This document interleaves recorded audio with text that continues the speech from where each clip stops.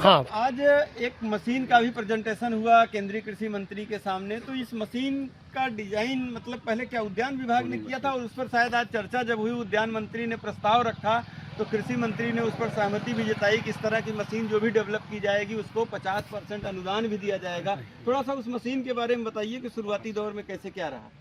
शुरुआती दौर में रहा, इस संस्थान ने हाँ उद्यान विभाग के पास में अपना प्रस्ताव लेके गए थे हाँ हाँ कि विदेशों में जो कटाई छटाई की जाती है जी। वो मशीन के द्वारा की जाती है। हाँ हाँ तो एक ही बराबरी पर एक ही साथ पेड़ को काट देता है। हाँ हाँ जबकि यहाँ के किसान आरी से एक एक डाली काटते हैं, ऊपर समय भी डाली लगता होती है। है, सीढ़ी लगाना पड़ता है और वो कटाई में समय तो किसान मुश्किल से 2 दिन में मिला के एक पेड़ नहीं काट पाता है।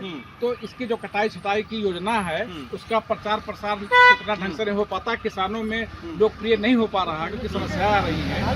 तो यदि इस तरह की मशीनें मंगा दिया जाए तो किसानों को ज्यादा लाभ होगा। तो इनके प्रस्ताव पर उद्यान विभाग ने इनको 1 करोड़ रुपए का दिया और इन लोगों ने इसको क्या नाम है, इस संस्थान ने इसको आयात किया। और अब जैसा कि आप लोगों ने देखा है कि पूरे पेड़ को एक साथ 15 मिनटों में काट देता है। और आज किसानों पर उसकी मांग को लेकर किसानों ने कहा ये बहुत पॉपुलर है, लेकिन चूंकि मशीन महंगी आती है, ये किसानों द्वारा खरीदा नहीं जा सकता है। तो उस पर जैसा कि माननीय कृषि मंत्री ने और उद्यान मंत्री ने और केंद्रीय कृषि मंत्री ने भी एक का नाम है सामूहिक रूप से निर्णय लिया कि किसानों को 50% पर सब्सिडी दी जाएगी और अगर संभव होगा तो जो का नाम है हायरिंग सेंटर बनाया जाएगा और वहाँ पर का नाम है 100% उस पर दे दी जाएगी और ये किसानों में पॉपुलर होगा और किराए पर लेके काट सकेंगे।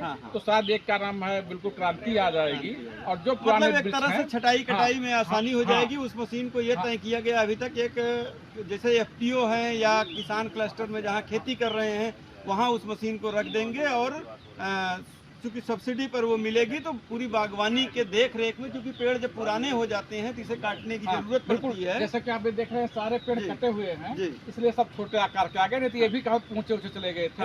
और जब पेड़ ऊंचे हो जाते हैं, डालियां एक दूसरे में फंस जाती हैं तो धूप नहीं आता है, तो जो ऊपर वाले